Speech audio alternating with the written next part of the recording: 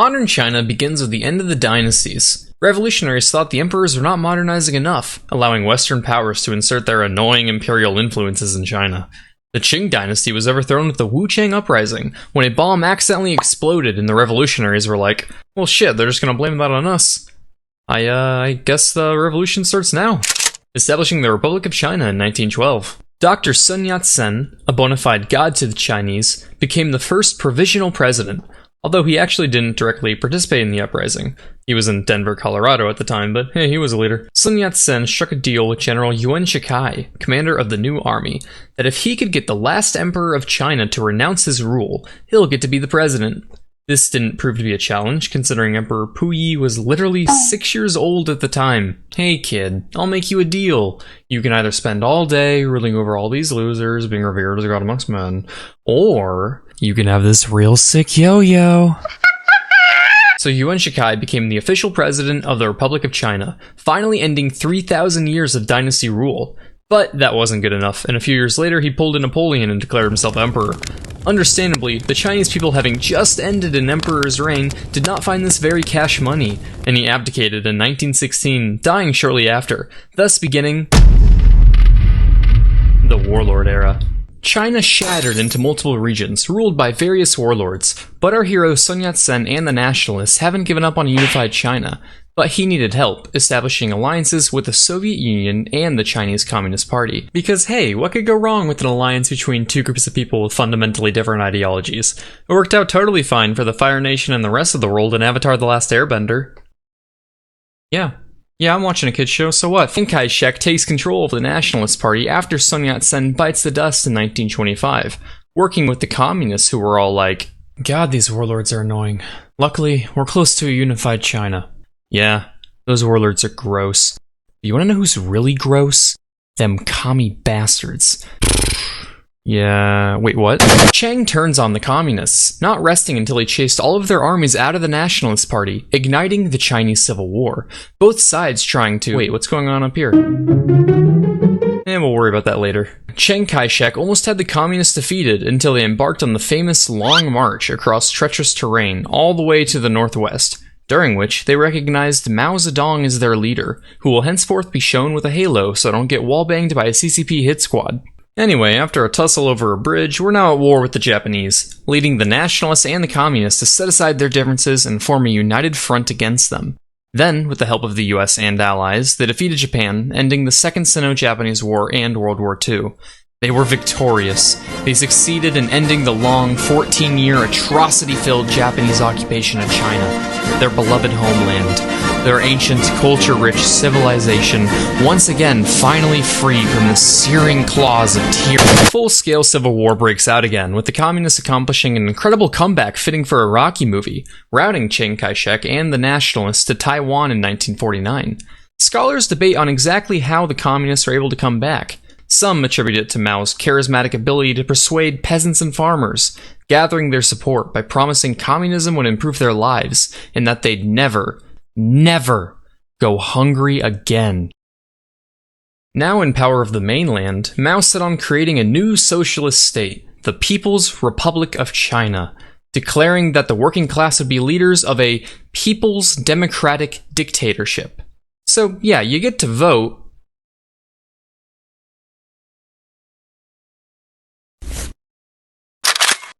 Mao promised equal rights for women, rent reduction, land distribution, freedoms of thought, person, speech, assembly, publication, association, religion, and much, much more. You know, all the things China is known for today. To go about tackling land distribution, Mao had a little brainstorming session. Sir, how can we conduct a massive overhaul of the land ownership system? I suppose, if we must, we will execute a few powerful landlords. Damn it, Jimmy, I'm not happy to do it. But it's for the good of the nation. Mao looked around at the world and saw that your nation wasn't really certified dank unless you had a lot of steel output. But instead of taking calculated steps to industrialize over time, Mao wanted it now, introducing his plan for the Great Leap Forward. Yeah, so get this. How about instead of your usual farming and selling all your extra crop, we keep the you farming part, but we take all your crop for the important people. Wait, so we get no food? No. We'll give back whatever's left over. This hardly seems fair. What if I also told you you're gonna build steel furnaces in your backyards, fueled with, whatever you can get your hands on, maybe your furniture? Wait, what? All in all, the Great Leap Forward was a disaster, resulting in the worst famine in human history, with upwards of 45 million deaths. But hey, numbers don't matter when you're living in a democratic people's dictatorship. About 1.4 billion people live in China, according to the World Bank, representing 56 ethnic minority groups. There are 7 major groups of dialects of the Chinese language, which each have their own variations. While China has increasingly adopted Western influences, the traditional family structure is still highly valued and holds a prominent position in Chinese culture. Currently, there are only 5 official religions. Any religion other than Buddhism, Taoism, Islam, Catholicism, and Protestantism. People eat dumplings to express the relationship between themselves and God in the Spring Festival in China. The Hanfu, Zongshan, Suit, Mao Suit, Tang Suit, and Gyeongseum Chikha are the 4 most distinctive types of traditional Chinese clothing. Shake hands upon meeting. Chinese may nod or bow instead of shaking hands, although shaking hands has become increasingly common. Ping pong is the most popular sport in China. Chinese calligraphy is a revered art form. Tea was discovered in China. Tea has been used and consumed for thousands of years in China. Chinese architecture has a number of unique features, the elegance of all constructions, and at the same time, their monumentality, the combination of different materials and colors. China is the world's 2nd largest economy and the biggest importer. But 40 years ago, it was a poor, largely rural nation, with at least 30% of its population living in poverty. That started to change in 1978, when China launched major economic reforms. The first were agricultural. Farmers were allowed to sell their surplus crops on the open market.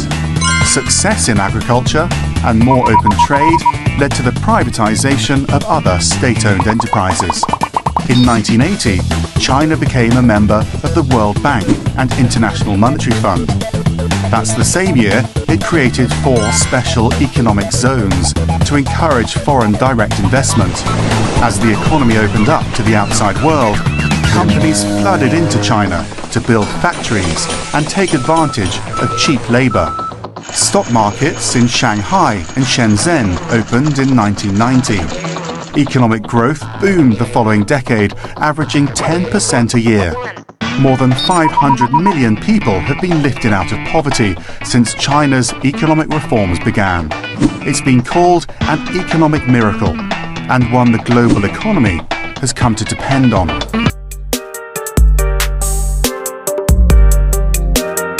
Since 1949, China has been ruled by one political party, the Communist Party.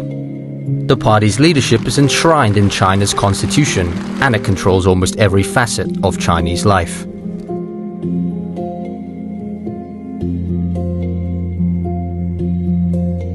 The party is organized like a pyramid. At the grassroots are around 92 million members, about 6.6% of China's total population. Of these, about 2,300 are selected to be delegates at the National Congress of the Chinese Communist Party, which convenes once every 5 years. From within their ranks, the Congress delegates select about 380 to become members of the Central Committee. And members of that committee select the Politburo. The size of the Politburo varies with each leader. There are currently 25 members. A handful of these Politburo members are selected to serve on the Standing Committee, which again varies in size depending on who's in charge. Right now, there are 7 members. The most important member of the Standing Committee is the party's top leader, the General Secretary. Since 2012, that's been Xi Jinping. In theory, the party elects its leadership from the bottom up, but in practice, it's the other way around. Bureau members are also state leaders and ministers in charge of government bodies that officially report to the National People's Congress. China Trade Overview 2022. China is the world's second largest economy by nominal GDP. For the financial year 2022, China was the leading exporting country with over $3.59 trillion. On the other hand, China was the second leading importer in FY 2022 with over $2.71 trillion. Smartphones, computer, apparel manufacturing, copper ore mining, construction materials, steel rolling were among the top revenue-driving industries for China. The United States, South Korea and Japan were the top trading partners of China during financial year 2022. XM Global Trade Intelligence System is the best platform for the analysis of the latest market trends, demand, risk and opportunities in the Chinese market.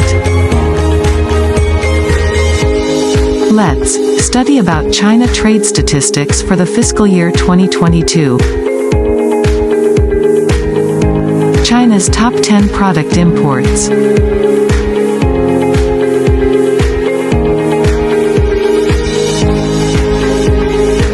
China's top 10 product exports.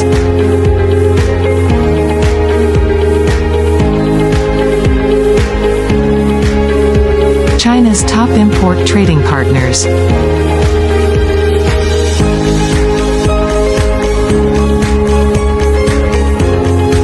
China's top import trading partners.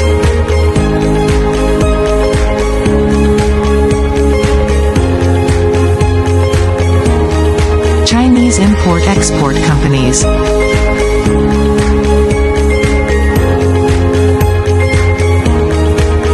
China's latest market trends 2023.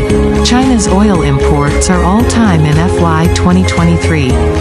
China's frozen shrimps exports to reach 93 MMT. China's textiles and garments exports down by 8%. China accounted for over 26% share of India's steel imports during June 2023.